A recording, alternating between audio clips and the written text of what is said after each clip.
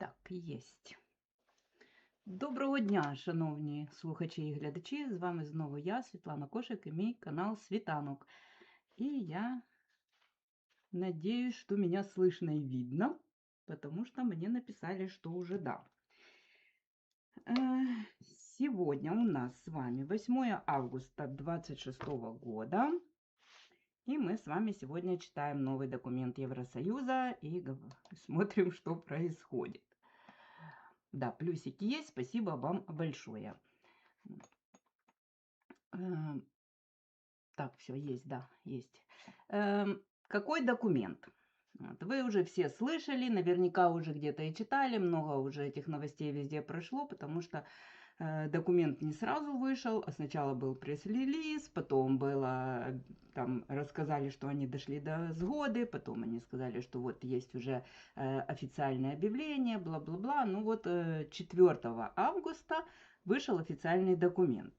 И он вступает в силу на следующий день после публикации, то есть 5 августа у нас этот документ работает. Вот, то есть запомните себе эту дату. Вот. О чем в нем говорится. До того, как я сейчас на него посмотрю, он не очень длинный, мы быстренько по нему пройдемся. Я тут выделила себе самые основные важные вещи, где-то тут, вот, да. Вам нужно всем понимать, я знаю, что меня люди слушают не только из Нидерландов, что этот европейский документ является все равно рекомендательным. Да? То есть он не значит, что он прямо вот точка в точку вот так же будет применен в стране. Где-то есть очень четкие рекомендации, от которых можно, скажем, шаг влево, шаг вправо не получается. Да? А где-то очень общие рекомендации. Но вообще Евросоюз, он не может издать приказ никакой. Потому что Евросоюз такой орган, да, который отражает как бы решения всех стран Евросоюза. Там сидят люди из всех стран, которые совместно принимают решения. Поэтому он всегда такой, знаете, где они сошлись полностью, там все четко прописано. А где были возражения, где что-то там не договорились, тогда они делают в общем. И уже каждая страна у себя это имплементирует в свое законодательство так, как у нее получается, так, как она может. Поэтому в деталях имплементация в вашем конкретной вашей стране будет отличаться. Но в общем, что здесь написано, будет придерживаться. И сейчас я вам об этом непосредственно и расскажу. Так, я вам сейчас включаю экран. Да, вот он. И расскажу, что тут есть. Он на английском языке. Ссылка лежит под этим видео. Вы можете все сами почитать, переводчиком воспользоваться. Но я вам уже выделила, что тут самое важное. Значит, начало тут всякое бла-бла, как все было, как все начиналось. Что потом продлили на год, потом опять. И мы помним с вами, что у нас директива про тимчасовый захист была максимально на 3 года. А вот вы видите, как в Нидерландах, говорю, как в Европе происходит с законодательством. Да? То есть, если нельзя, но очень хочется, то можно. И вот вам живой пример. Да? В директиве прописано максимум 3 года, да? То есть на год плюс продление максимум 3. Сейчас мы с вами имеем продление на 6-й год, 6, да? То есть в 2 раза. У нас сейчас продлевается до 28 года, с 22 6 лет. Вот. И не факт, что это еще конец, да? Вот. А в прошлом году, как вы помните, когда они продлили, сказали, все, точно последний раз, точно, все, вот никак. Да? И тем не менее, несмотря на то, что все юристы говорят, это нельзя, это невозможно, и все такое, тем не менее, ну как-то вот и находятся возможности. Вот. То, что будет эта директива после войны этой нашей переписана, это однозначно, потому что она возникла, если вы помните, после Югославской войны, после того, как она уже закончилась, ее после этого там, когда уже с беженцами все порешали, как бы, тогда создали эту директиву на всякий случай, на следующий раз, если опять будет какое-то большое количество беженцев рядом лежащих, вот рядом, да, то есть по соседству, потому что до этого все беженцы там были где-то издалека, и приходило их добегало не так уж много, а тут вот соседняя прям деревня и вот прям на прямой границе. Чтобы этого избежать, сделали эту директиву. Но она никогда не применялась до Украинской войны. Первый раз вот она применилась в украинской войне, и сейчас, естественно, там специалисты смотрят, что в ней было не предусмотрено, и вот как минимум мы видим, что продление на 3 года однозначно было ошибочным, и, скорее всего, это правило будет изменено. Вот. Что тут мы имеем? Давайте посмотрим. Значит, после этих всех вступлений чудесных мы смотрим с вами, где у меня пункт 5. Я сделала двухстраничный просмотр, да? Ну ладно, мы сейчас будем вот так смотреть. Хотела вам, чтобы было хорошо видно, но получилось как всегда. Вот так будем смотреть. Не видно вам кусочка, да? Не знаю, как сделать, ребята, чтобы было видно всю страничку. Могу такое поменьше сделать. А она все равно убегает у меня. Ну, посмотрите, откроете ссылочку и следите там за мной, потому что я не знаю, как убрать эту боковую вот эту менюшку. Она все равно остается и занимает какое-то место здесь. Вот. Я не очень технически грамотна, так что уж извините. Да, старая прошлая генерация. Вот этот 5-й пункт нам нужен с вами, да, в котором написано, дословно я вам читаю, что поскольку у нас человек еще до сих пор может этими правами пользоваться, связанными с временной защитой, и они могут пользоваться этой временной защитой только в одном европейском государстве одновременно. Мы помним, что у нас разрешено только в одном, где вы получили там, вы и запросили. И вначале мы знаем, что люди были, которые запрашивали в нескольких одновременно. Может, и сейчас такие есть, еще до сих пор. Чтобы предотвратить множественную регистрацию для временной защиты, отклонять заявление на получение вида на жительство, если очевидно, что соответствующее лицо уже получило вид на жительство на этом основании в другом государстве-члене ЕС. То есть утвердили еще раз, что если при регистрации тимчасового захиста можно доказать очевидно, да, то есть что значит очевидно? У вас же на лбу не написано очевидно, да, то есть, можно доказать, что у вас есть тимчасовый захист где-то в другой стране, или уже было, и вы его там отменили и сюда приехали, вот, уже вам имеют право отказать на этом основании. Тут, конечно, остается масса лазеек, потому что, во-первых, мы знаем, что не все страны вовремя эту платформу заполняют, да, то есть кто-то может, уже там закончилось, но еще оно не дошло до этого общего, как это сказать, общей платформы, то есть они не могут проверить. Если у вас ничего в паспорте не вклеено, или у вас там какой-то новый паспорт, еще что-то, тоже могут этого не увидеть, да, то есть, конечно, однозначно тут место для злоупотреблений, или как это правильно сказать, обхода этого пункта однозначно остается. Вот. Ну и варианты там, да, выехал, въехал обратно, тоже как бы не очень-то непонятно, да, там человек обратно уехал, поменял там паспорт, въехал по новому паспорту, как будто первый раз, тоже не факт, что не проскочит. Поэтому это у нас есть европейское распоряжение, но на практике мы понимаем, что тут есть достаточно большое количество дырок, и однозначно будут люди, которые ими воспользуются. Дальше тут, да, то есть они объясняют, почему, каким судом это было поставлено и так далее.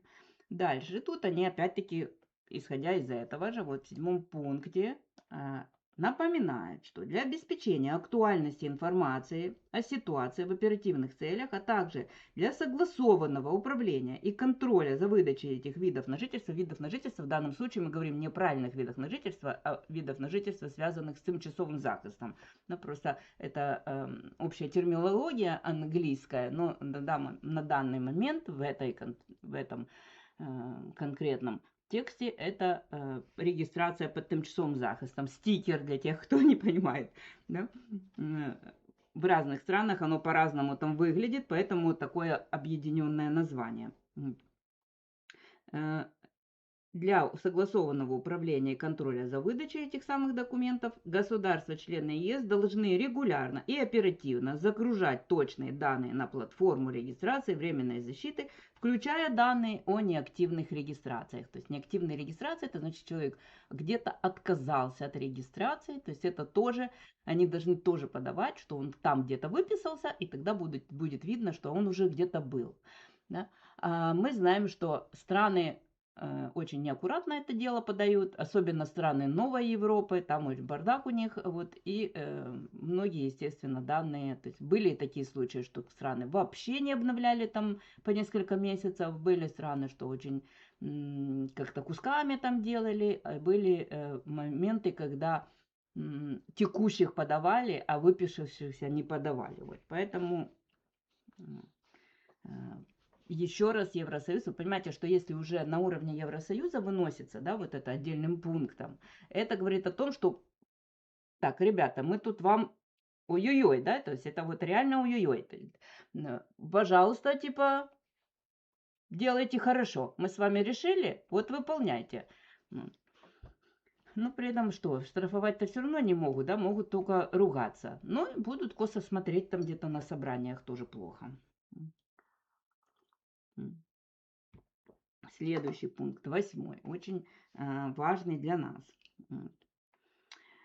Тоже. Тут написано следующее. Вот этот пункт 8 звучит следующим образом. Признавая, что временная защита не наносит ущерба законодательству ЕС о международной защите, то есть об обычном запросе беженства, азил, который, и признанию статуса беженства в соответствии с Женевской конвенцией, упомянутой в статье 2б директивы нашей любимой, да, напоминаем, что в соответствии с международными стандартами дезертирство и уклонение от военной службы сами по себе не считаются основанием для международной защиты.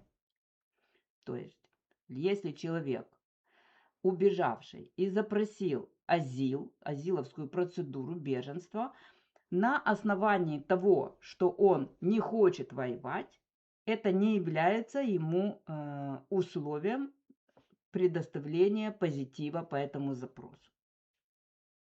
То есть у нас предоставление позитивного решения по беженскому запросу – это угроза жизни или нанесению увечий, да, человеку, или преследованием, то есть и опять-таки, которые грозят нанесением увечий и жизни. При этом уклонение от военной службы не считается таковым.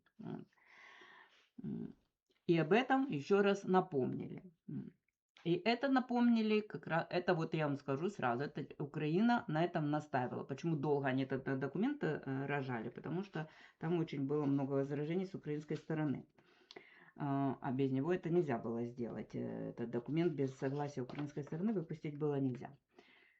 Потому что касается граждан Украины как раз. Да? Дальше что? Пункт 11 у нас с вами. Тут у нас опять рассказывают, зачем, да, что у нас, учитывая, что большое количество перемещенных лиц, пользующихся временной защитой в Союзе, вряд ли уменьшится, пока продолжается война против Украины.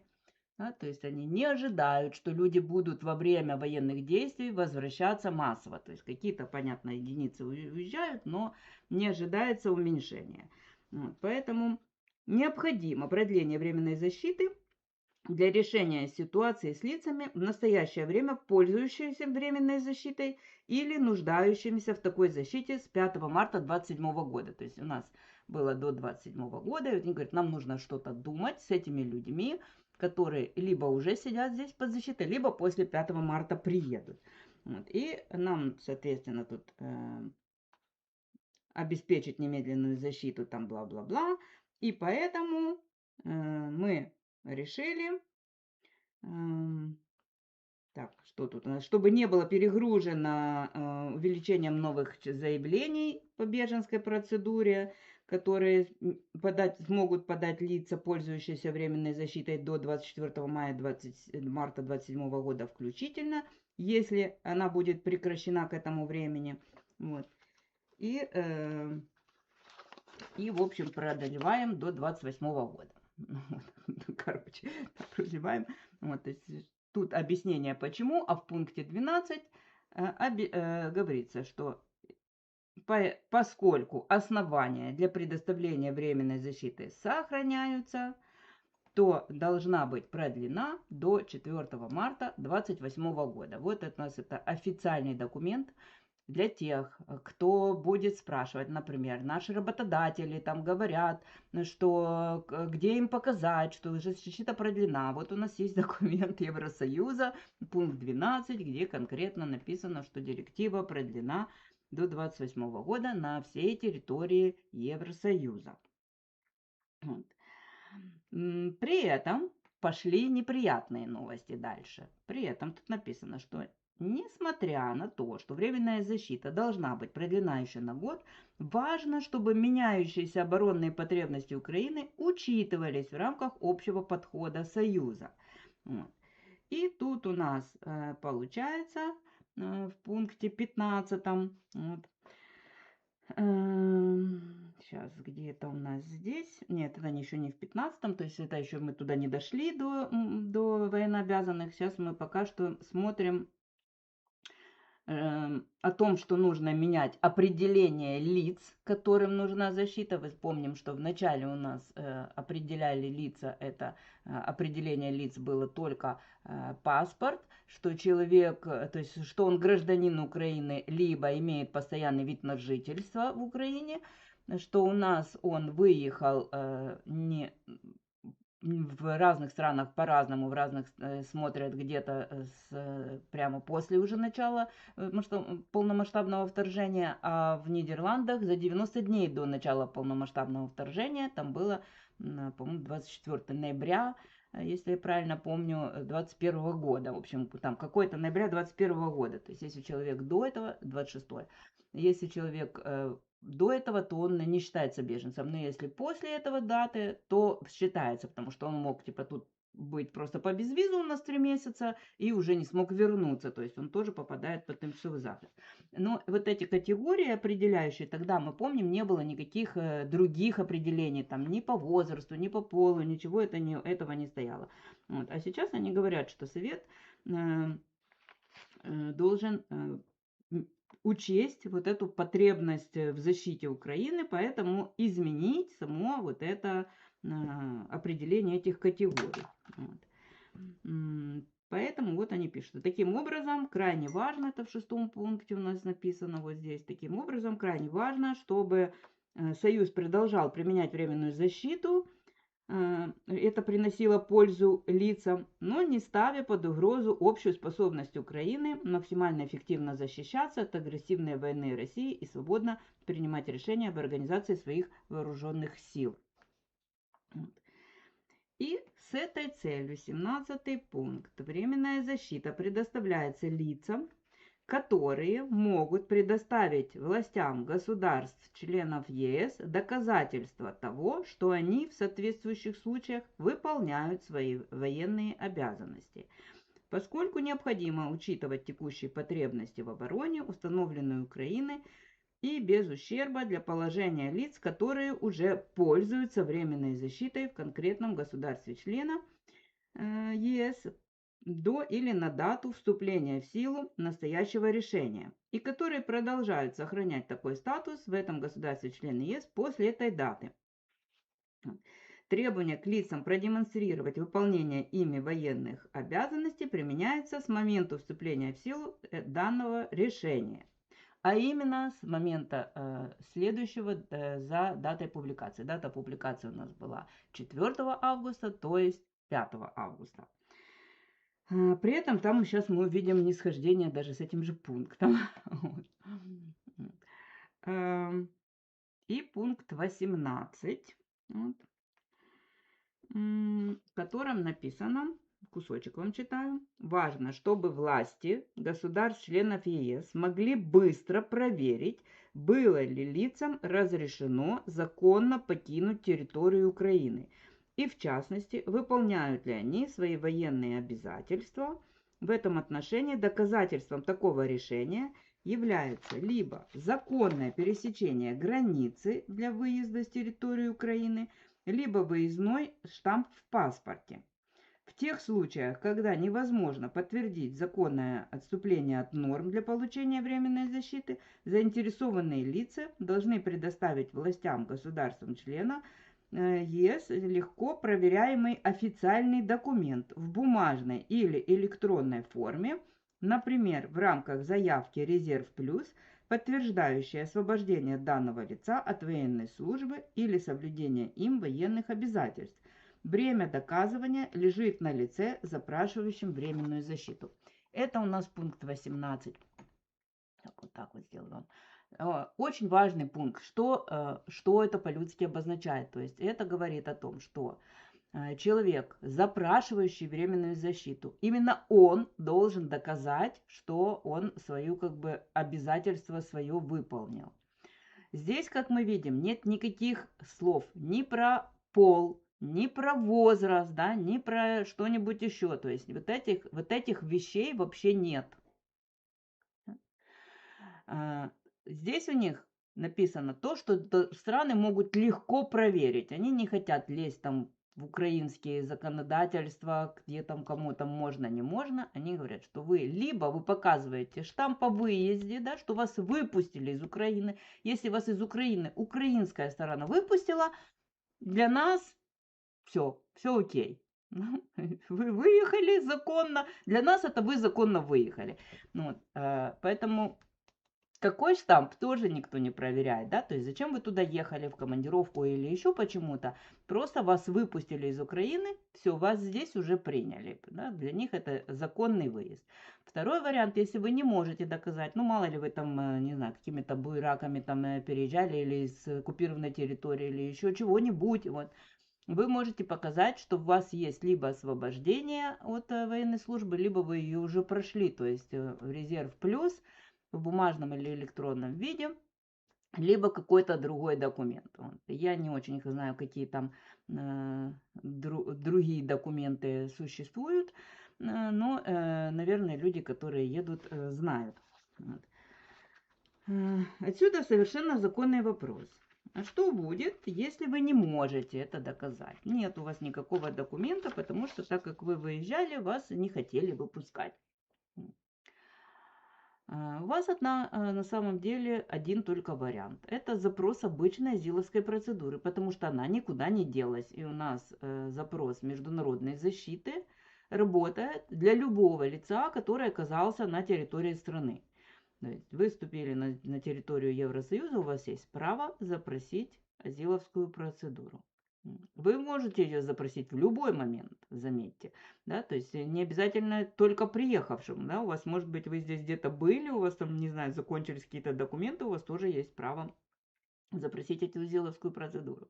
Вот. И именно эта возможность пугает все страны, что почему они сейчас продлевают этот тимчасовый захист, почему они придумывают какие-то временные промежуточные виды на жительство и так далее, потому что у вас это право есть, и если вам не дать другой способ проживания здесь, вы воспользуетесь этим правом и тем самым положите всю миграционную систему Евросоюза просто в нокаут пошлете. Там они и так не успевают обрабатывать заявки. А тут представьте себе еще такое огромное количество одновременных заявок, то есть что это будет. Плюс заявка это же не просто работа юристов, которые должны эти заявки обработать, заметьте, индивидуально каждого проверить. Это очень большая работа.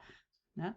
Так еще этих людей нужно где-то разместить, кормить, там, думать, чтобы они там лечились, чтобы они там дети в школу ходили и так далее. То есть это огромнейшая нагрузка на всю систему, и все знают, что система не выдержит, ни в одной стране не выдержит. Именно поэтому все стараются этого избежать. Но у тех людей, которые сейчас будут, вот уже сейчас выезжают, не успели выехать до введения этого документа, у них, естественно, никаких других вариантов, кроме как запроса азила, нет. Вот. Что еще здесь интересного, да? Давайте дочитаем уже до конца. Еще пункт 21 у нас есть. который нам напоминает, сейчас я вам еще раз покажу его, вот он, который нам напоминает, что 16 сентября 2025 года мы рассматривали с вами этот документ, опять-таки Совет, Евросоюзовский совет имеется в виду, принял свою рекомендацию о скоординированном подходе к поэтапной отмене временной защиты перемещенных лиц Украины. И вот это продление этого нашего сейчас на год продления тимчасового захиста пишет, что не влияет на дальнейшее осуществление мер, упомянутых в данной рекомендации, которые остаются приоритетными. В этой связи государства-члены ЕС должны скоординированно ускорить переход лиц, пользующихся временной защитой, к другим правовым статусам, а также добровольное возвращение и реинтеграцию, если позволит ситуация. Вот этот пункт, я вам скажу, он у нас, наверное, очень важный для всех людей. Я сейчас к нему вернусь, дочитаю до конца этот документ, он уже, тут осталось у нас только 2 пункта решения. Да? То есть все это было вот вступление, объяснение, и у нас есть приняты следующие решения. Статья 1. Коротко, да, что продлевается тимчасовый захист у нас до 4 марта 2028 года. Статья 2 говорит о том, что предоставляется только лишь людям, которые выполняют свои военные обязательства в Украине при предъявлении, где это уместно, подтверждающих доказательств. Данная статья не применяется, данная статья не применяется к лицам, которые уже пользуются временной защитой до 30 июля 2026 года включительно и сохраняющие этот статус после этой даты. То есть люди, которые запросили и уже находятся под тимчасовым захистом на дату 30 июля, уже к ним они ничего доказывать не должны, никто их не будет спрашивать про их военную обязанность и все такое. Это очень важное примечание, которое есть. Вот. И тут у нас написано, что это решение вступает в силу с 31 июля 2026 года. Сейчас я вернусь. Сейчас мы с вами видим тут как минимум нисхождение в датах, да, потому что мы видели, там написано, что вступает на следующий день после публикации, то есть 5 августа. Тут мы видим, что оно вступает, это ограничение вступает 31 июля. То есть у нас есть какой-то лаг вот этот в неделю, который непонятно, как будут разные страны рассматривать. Мы посмотрим на нашу страну, на страну Нидерланды. И мы тут видим, где-то я тут, господи, находила на сайте ИНД нашей миграционной службы. Да, где у нас конкретно взято 5 августа. Вот я вам его покажу, тут видно лучше, да, которые говорят, что вот эти новые правила для новых запросов работают с 5 августа 2026 года. То есть люди, которые запрашивают после 5 августа, эти люди должны будут доказать вот это вот, что они выполнили свои обязательства. И они это могут доказать каким-то документом и т.д. И написано тут конкретно, что эти условия не действуют для людей, которые до 5 августа уже имели временную защиту. Тут у нас, конечно, тоже вопрос. Имели или запросили. Да? Ну, как бы подразумевается, что человек запросил и сразу тут же в этот же день ему штемпель поставили. Но мы знаем на практике, что бывает там и по-разному. Вот, если вы попали вдруг в такую ситуацию, что вы запросили до этого срока, но вам потом отказывают почему-то, вы можете, конечно, обратиться к адвокату. Думаю, адвокаты с удовольствием за это возьмутся, потому что здесь мы видим явное юридическое нисхождение, которое всегда, когда где-то какая-то неточность, юристам есть с чем поработать. Вот. И тут еще есть очень интересное исключение, которого, заметьте, нигде в европейском документе ничего про это не сказано. И написано следующим образом, что это ограничение также не действует для людей, которые приезжают сюда как члены семьи тех, кто уже под захистом. Это просто отвал башки. То есть у нас получается, что несмотря на то, что вот это вот все, что тут было, получается, что если у нас жена здесь сидит под тимчасовым захистом, и ее муж завтра переплывает Тису, то он ничего не должен доказывать, потому что он пойдет тогда как член семьи. Это пока, это публикация на сайте АНД, да, и ссылку я вам тоже положу, естественно. Вот. При этом, какой официальный документ под это подлагается? Мы его еще пока не видели, этого официального нидерландского документа, потому что мы читаем с вами сегодня европейский документ, он вот 3 дня назад у нас вступил в действие, и там ничего подобного нет. Да? То есть там мы просто видим, во-первых, тоже расхождение в датах, то ли 5 августа, то ли 31 июля, а во-вторых, там ничего не написано ни про семью, ни вообще ничего. Мы с вами только что его прочитали целиком. Вот. А тут мы видим вот эту интересную вот эту ситуацию с семьей. Поэтому, если у вас у кого-то будет практическая какой-то опыт, пожалуйста, поделитесь, потому что это действительно интересно, как они это будут рассматривать. А я со своей стороны тоже еще посмотрю, пороюсь, точнее не пороюсь, а дождусь, когда какой-то документ будет опубликован. Да? То есть однозначно, что какой-то документ где-то внутри уже прошел, какая-то инструкция, иначе бы оно сюда не попало бы на публикацию. Но эта инструкция еще пока не была опубликована в нашем официальном вестнике, потому что там я отслеживаю все, еще пока ничего такого не видела. Ну, буду держать вас в курсе. Так, что еще я вам хотела интересного рассказать? Да, сейчас я почитаю ваши вопросики, быстренько посмотрю. Что у нас? Да, вопрос о 5 годах легального проживания в стране, разрешение на работу. Вы об этом говорили раньше. Будет ли это применяться к украинцам? Да, вот я... кстати, я же вам обещала вернуться к этому пункту про напомним вам, что вам нужно постараться. Обещала вернуться и не вернулась. Спасибо вам за ваш вопрос. Я сейчас к нему опять вернусь. Да? То есть в этом нашем пункте 21, да, 21, сейчас я тут подметила восклицательным знаком. Да. Заметьте, для юридического языка вообще такая интонация не принято, да, то есть европейские документы, они всегда максимально лояльны и очень тогда обтекаемы, чтобы никого нигде никак не обидеть, чтобы все поняли там правильно, там выверяется каждое слово на самом деле, да, потому что каждая страна потом это воспримет как захочет, и важно, чтобы все было правильно. А тут они прямо так и говорят, что, да, типа мы тут вам напоминаем, да, что продление этой защиты не влияет на дальнейшее осуществление мер, упомянутых в данной рекомендации. Мы помним в рекомендации там, что помочь побыстрее людям перейти на другие виды на жительство. И они тут об этом еще раз говорят, что которые остаются приоритетными. В этой связи государства-члены ЕС должны скоординированно ускорить переход лиц, пользующихся временной защитой, к другим правовым статусам, а также добровольное возвращение и интеграцию, если позволит ситуация.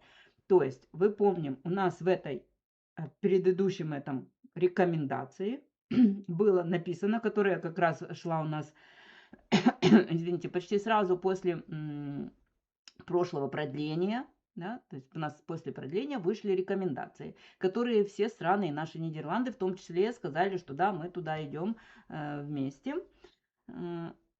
Кстати, тут есть еще где-то не все страны, там у нас есть две страны, которые туда не попали. Это ладно, я вам потом скажу. Денмарк и для Ирландии и для Денмарка отдельно сказали, там, что не буду отвлекаться, сейчас вернусь к своей мысли. То есть в том документе было написано, что страны должны проработать первое, как люди будут возвращаться, когда смогут возвращаться. То есть сейчас не идет речь о возвращении вообще. То есть как они смогут потом возвращаться. Какие-то программы разрабатывать, информационные хабы разрабатывать и бла-бла. Да? То есть это первое. А второе, для тех людей, у которых как-то уже тут где-то что-то зацепились, собираются оставаться на каких-то основаниях, да, им помочь как можно быстрее эти переходы произвести.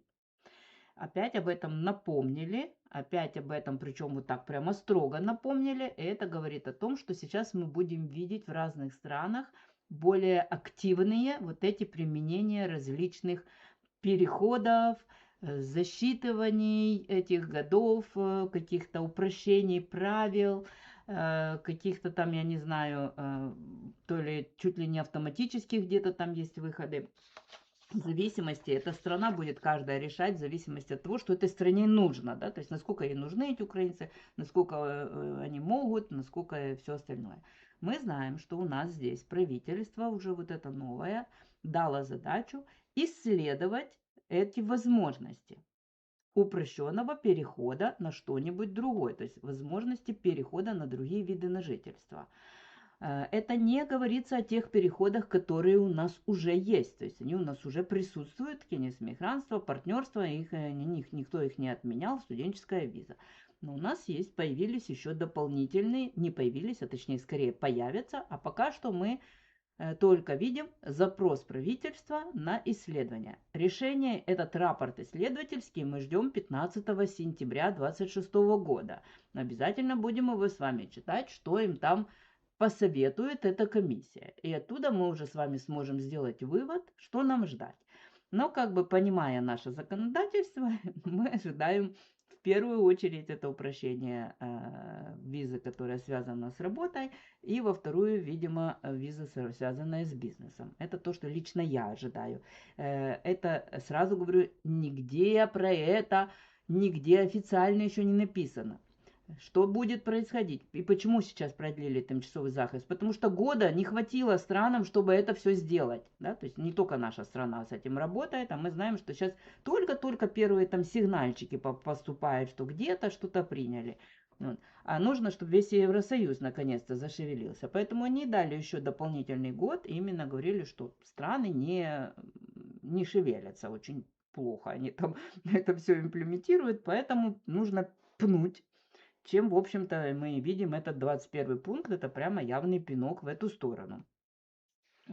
Что будет? 16 сентября выйдет вот этот рапорт. На основании этого рапорта будут сделаны какие-то предложения об изменении в законодательстве. Они пойдут в парламент. В парламенте будет после этого дебаты. Потому что все изменения в законодательстве несут за собой еще бюджетные деньги, которые нужно, да, тоже не забываем про них. Вот. И после этого уже будет принято какое-то изменение, и оно, когда вступит в силу, только тогда можно будет что-то менять. Да, то есть сейчас об этом рано говорить. Сколько на это уйдет времени, я думаю, полгода примерно. Вот. Страна, понимая, что она не успеет, как мы помним, заранее, еще в прошлом году, поняв, что она не успеет, сделала транзитный документ. 3-летний транзитный документ, который дает человеку право после того, как у него закончится тимчасовый захист, еще проживать в стране 3 года для того, чтобы все-таки определиться, куда он пойдет. То ли в сторону возвращения, то ли он пойдет на какой-то другой вид на жительство, уже пользуясь новыми правами. Поэтому и был этот 3-летний документ придуман. Он никуда не делся. Просто его переход на него, судя по всему, откладывается на год. И зная, что этот переход был запланирован, рассылка писем от ИНД запланирована на январь 2027 года, да, я думаю о том, что будет продление, было понятно уже тогда, потому что с января 27 года до марта 27 же года перевести всех людей невозможно просто, как бы не хотелось, да, то есть даже автоматически невозможно. Поэтому скорее всего, они заложили, что будет еще год, и мы постепенно всех на этот транзитный, кто не перейдет на что-то другое, переведем. Но сейчас у человека появится еще одна возможность, то есть без транзитного документа сразу перейти на что-то другое, как только мы эти упрощенные правила где-то с вами увидим. Так, теперь про натурализацию у нас тут есть, да, вопросы про эти 5 лет натурализации. Смотрите, на данный момент считается, что нахождение под временной защитой является временным нахождением в стране. И у нас есть после 5-летнего проживания, давайте так, у нас есть 5-летнее легальное проживание. После него какие есть варианты? Человек может запросить, если под обычным нормальным проживанием легальным, через 5 лет ПМЖ, постоянный вид на жительство, может запросить статус Ландстайнтермяйн, как это правильно перевести, в общем, долго проживающий в ЕС по европейскому законодательству, либо паспорт. Пока у нас еще действует 5-летний паспортный лаг. Вот. Для этих всех вещей нужно легальное проживание 5 лет. При этом самый был бы простой европейский вариант, да, то есть долго проживающий в ЕС сразу там открывает кучу дверей. Но в этом европейском документе абсолютно четко написано для этого документа условия проживание на легальном виде на жительство с невременной целью пребывания. И мы понимаем, что тимчасовий захист туда не попадает, потому что он временная цель пребывания. Он и называется тимчасовый, да, то есть временный. Вот, поэтому Европу спрашивали, и мы знаем, что были те люди, которые продвигали, чтобы Европа сделала исключение для украинцев. Но не получилось. Я не знаю, где там не согласились со стороны Украины, со стороны ЕС. В общем, где-то не согласились. Европа сказала в прошлом году, что нет, мы этот статус давать украинцам не будем после 5 лет. На них он не распространяется. Во всяком случае, это было год назад. Может быть, они это опять изменят, потому что дебаты продолжаются на эту тему. Вот это один из статусов. Второй статус – вид на жительство, постоянный вид на жительство в Нидерландах. В нем те же самые условия. Нахождение, легальное нахождение в стране по невременным целью пребывания. Опять-таки получается, что у нас украинцы туда не попадают.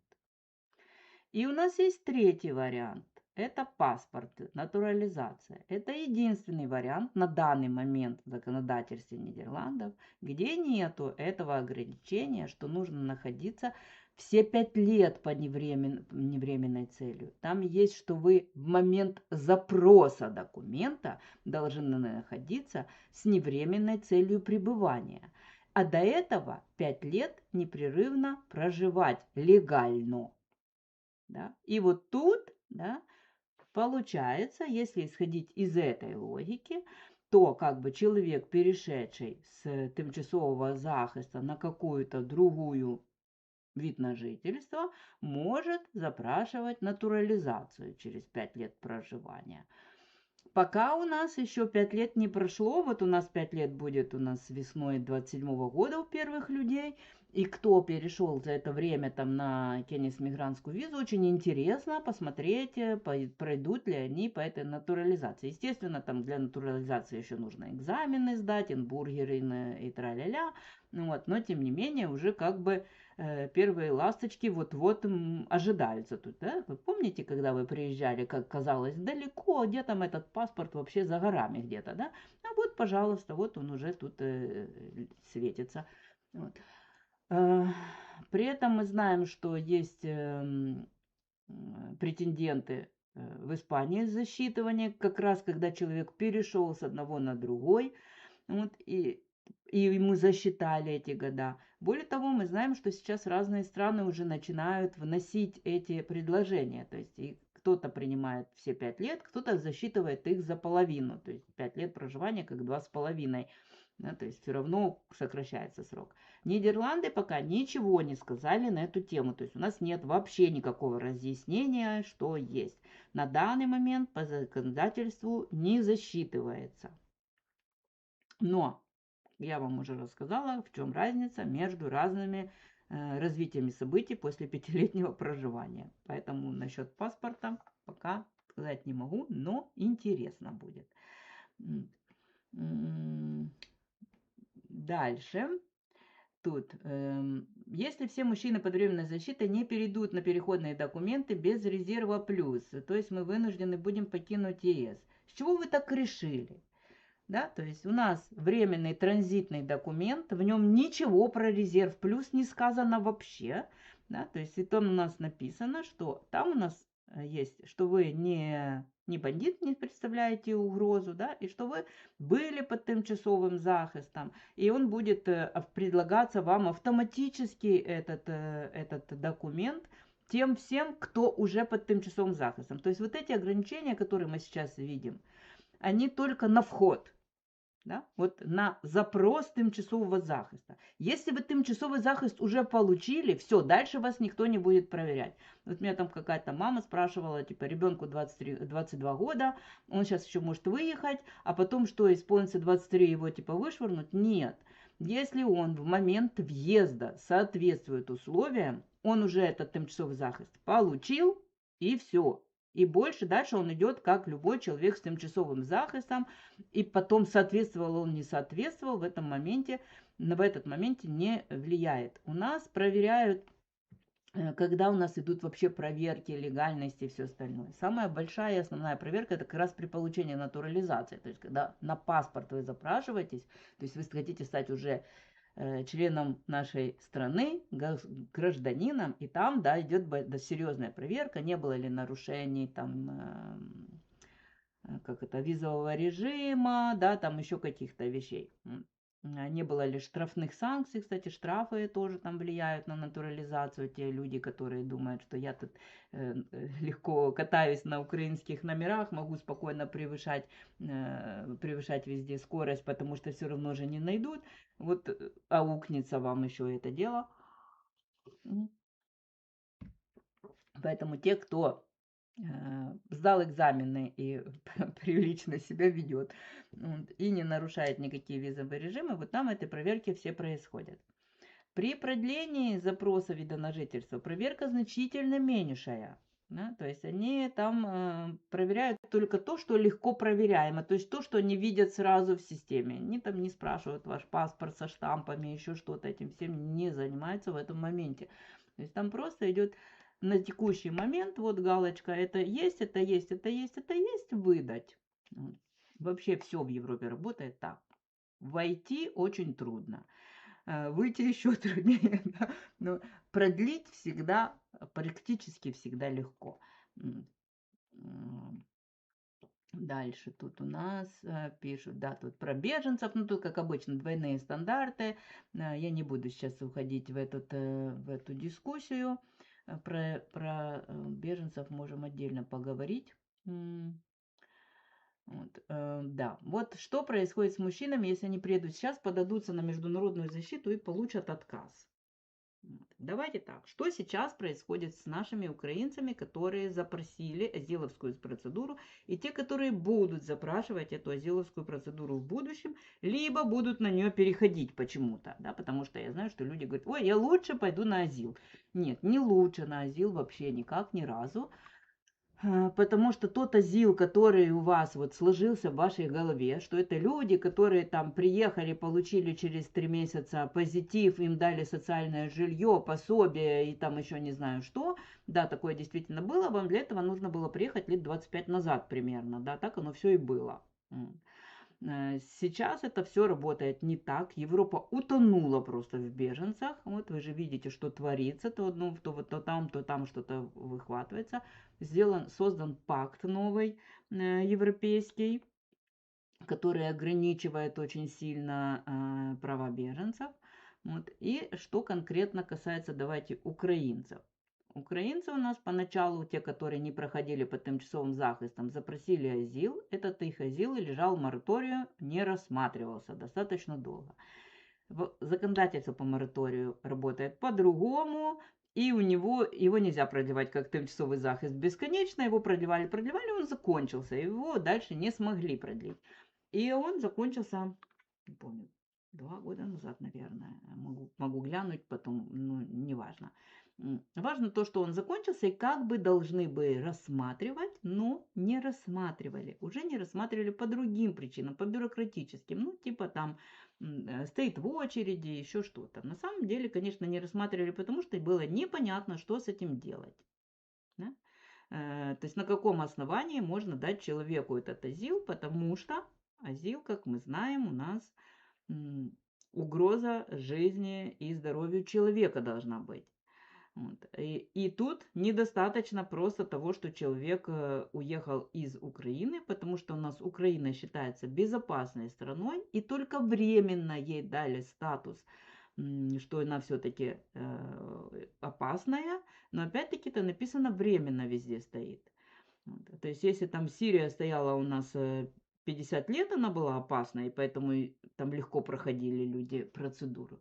А Украина у нас считается безопасной как бы в основном, ну вот чуть-чуть опасная. Вот.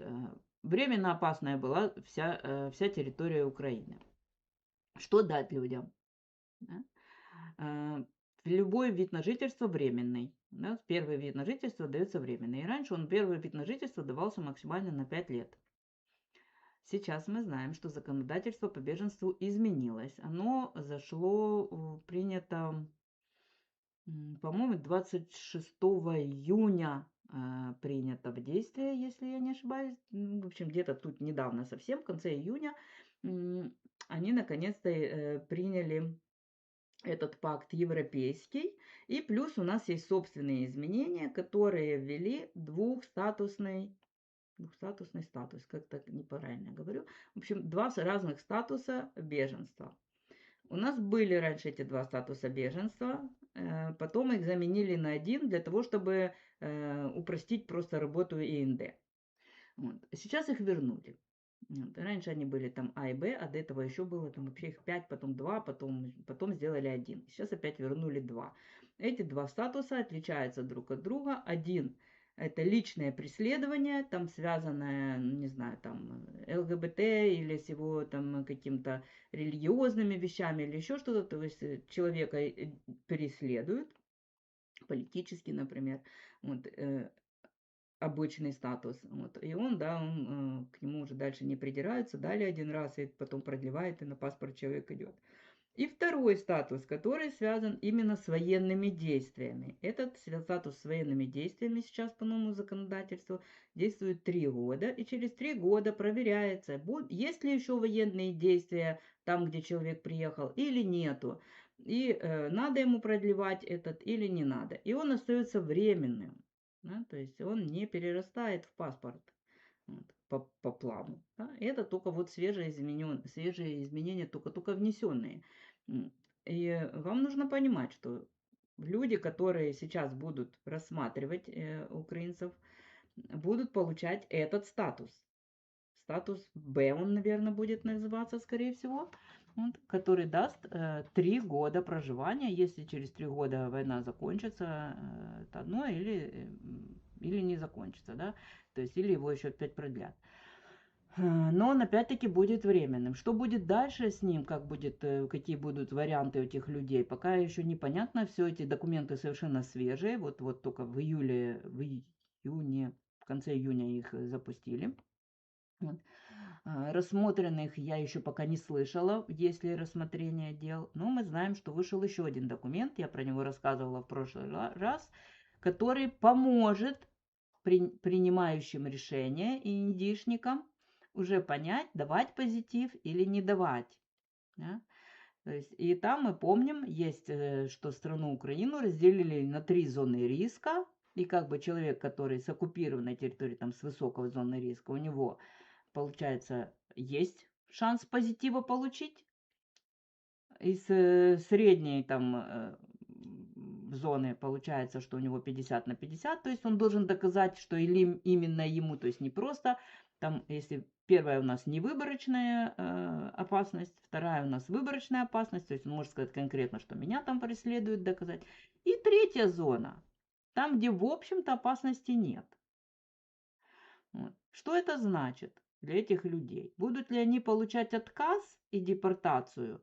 либо они будут получать все-таки этот статус Б временный, который не будет продлеваться и будет решаться, что им возможно куда-то вернуться. Я не знаю, не могу вам сказать. Я, во-первых, не беженский адвокат, поэтому не понимаю, как это будет работать на практике.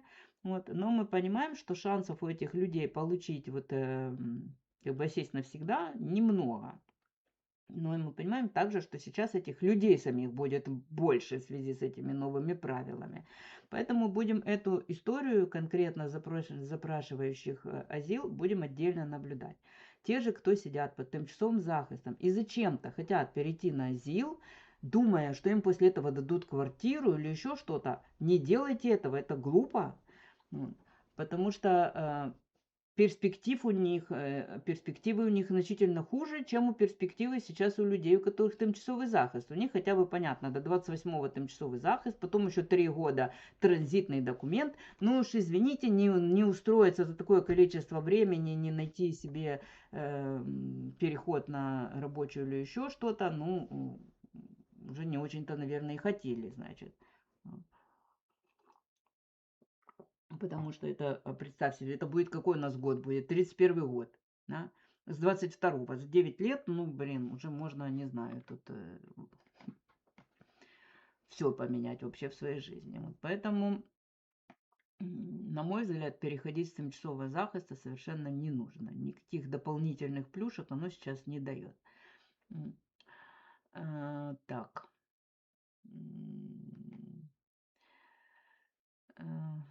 Да, ну тут вот люди продолжают спорить на эту тему, то есть будут ли депортировать или нет. Я на самом деле думаю, что депортации сейчас не будет. То есть во время военных действий вряд ли будет депортация. То есть будет что-то временное, что-то будет. Скорее всего, им этот Б будут давать. Этот Б не 3 года, те же самые 3 года.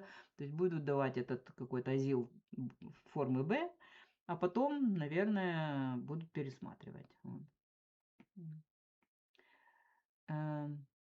Вы проводите опросы каждый день на YouTube-канале. Ваша инициатива или какого-то из министерств? Это я команду взяла, которая у меня занимается этим. Вот, нет, если у нас... Сейчас не забывайте, сейчас август, сейчас министерство спит. Вот, но когда у нас какие-то опросы проходят, министерство само не проводит, они дают там каким-то посредникам эти проводить. Я обычно в них отдельно пишу и рассказываю. Вот. Но сейчас уже информации очень много. Да? То есть сейчас они уже не проводят дополнительный опрос, потому что у нас вот недавно, когда я вам читала последнее письмо Фарзам Албриев, как раз в конце июня, по-моему, оно было, нет, в конце июля, вот, читала вам недавно письмо. К нему есть приложение, и там есть рапорты по разным тематикам. Про жилье, там рапорты, там про довольство, недовольство. То есть это как раз эти результаты этих опросов. Когда будет следующая серия опросов? Ну, это зависит, я думаю, от вот этого рапорта, который сейчас сделает. Рапорты отдельно мы с вами посмотрим, да. Так, уже даже в Нидерландах можно получить не натурализацию, но про натурализацию я уже вам рассказала.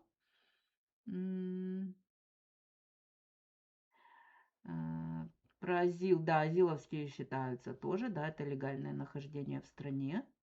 Азиловские года считают. Вот.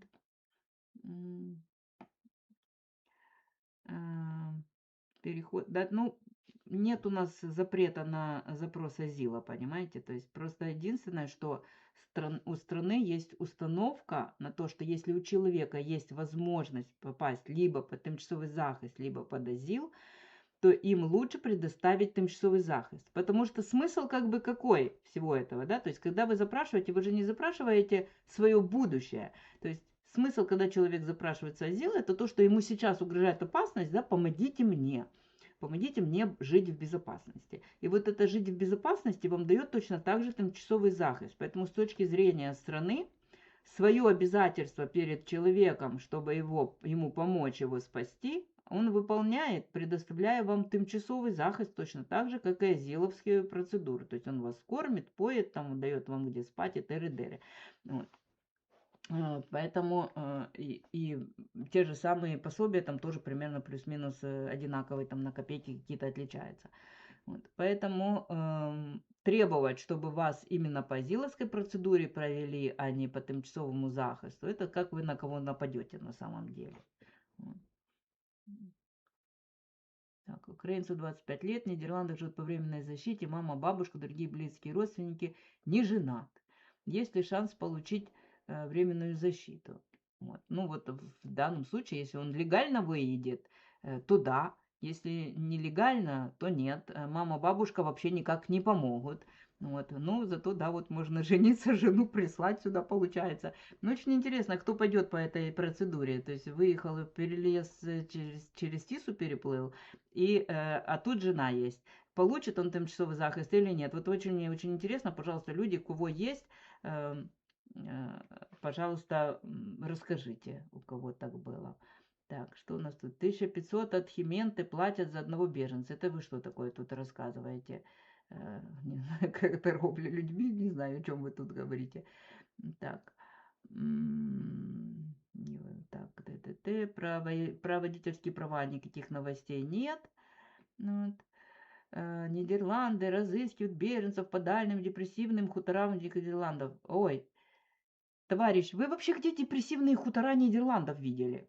Прямо даже интересно стало. Ну вы вообще в Нидерландах были? Депрессивные хутора. Надо было такое придумать, блин, и люди, да. Наелись, ели, выбрались, вернулись домой. Это какой-то бот, давайте мы этого человека, не знаю, не слушайте его надо удалить, потому что какой-то странный человек такие вещи писать. Так, у нас сейчас 3 часа, я с вами буду сейчас заканчивать, и только отвечу на ваши вопросы. Сейчас звездочки поставлю, до звездочек отвечу. Так, что у нас тут еще? Подождите. Будет ли имплементировано? Где-то у меня прыгает тут почему-то это все. Трьохрічний статус в Нидерландах після 27-го року, чи це вже не точно? Да, будет, он никуда не делся, про это все записано, положено. Вы понимаете, машина запущена. Когда машина запущена, ничего остановить ее очень сложно. Вот. Так что этот 3-летний, он будет, к нему готовятся очень активно.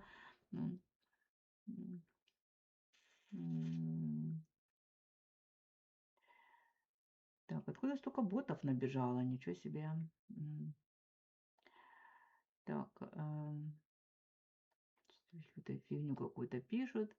Так, даже не знаю, что тут, на что тут отвечать, потому что тут какой-то бардак в комментариях. Да, если нет оснований по новым правилам ЕС запросить временную защиту, просить азил и другие варианты. Других вариантов нет, только азил у нас остается сейчас. Ну или, да, там вы, если вы, не знаю, там по партнерской будете идти или что, там резерв никакой не проверяют. Вот, поэтому такие другие как раз варианты все равно остаются. Вот тут спрашивают про сына инвалида, который работает в Польше еще до начала войны. Могу ли я его сюда забрать? Ну, интересный вопрос, Оксана, вы знаете. Потому что, с одной стороны, у нас до сих пор было написано везде, что человек, что рассматривает индивидуально, и партнерское воссоединение работает в том случае, если партнер тоже соответствует условиям тимчасового захиста. При этом вот сейчас мы с вами видим последнее на сайте ИНД, прямо противоречащие этому же утверждению, которое на другой странице сайта ИНД написано. Да? То есть на одной написано сайта ИНД, что партнер должен соответствовать тоже условиям тимчасового захиста, а на другой написано, что все равно, если и не соответствует, но можно. Поэтому тут я думаю, как кому повезет, наверное. Вот, пишите, пожалуйста, свои истории. Интересно, как это будет, как это на практике сейчас. Вот. Хорошо, я заканчиваю отвечать, потому что я уже до своего дочитала. Люди тут возмущаются, что к украинцам несправедливое отношение. Ну, справедливость в нашем мире вообще не существует. И что значит несправедливое? Мало дали, вот, вообще могли не давать. Вы понимаете, что? Никто же не обязал, да? Вот это открыть двери вообще, это было доброе желание Евросоюза. Обязательства такого не было. могли просто эти границы оставить на замке. И единицы бы какие-то просачивались, и все. И Украина бы там строила бы свои палаточные городки там на входе. И им бы помогали, конечно, да. Красный Крест бы там наехал, все бы вез там, да, все Карпаты бы там застроили, блин. Пожалуйста. Могла быть такая развитие событий, очень даже легко могло. Ну, поэтому не жалуйтесь, что вот там чего-то не додали, этого обязательства давать не было. М, Так что нет. Так, как можно попасть на консультации через миграцию у меня на сайте налог.нл. Есть и в описании канала, есть ссылки на наши консультации. Там найдите меня, я там есть. Моя консультация стоит 500 евро плюс НДС. Сразу говорю, чтобы вас потом это никак не шокировало. Моя консультация самая дорогая. Есть более дешевые варианты консультаций, там 190 и 215 и еще что-то такое. Там разные специалисты, разные цены у них. Пожалуйста, на сайте заходите, услуги, консультации, переходите на сайт, выбираете там и время, специалиста, тему консультации, все там есть. Вот. Можете это сделать. Вот. У нас есть еще потом много разных документов. По возможности буду вам их озвучивать. На сегодня, я думаю, достаточно. Всем хороших выходных. До новых встреч. Всем всего хорошего. До побачення.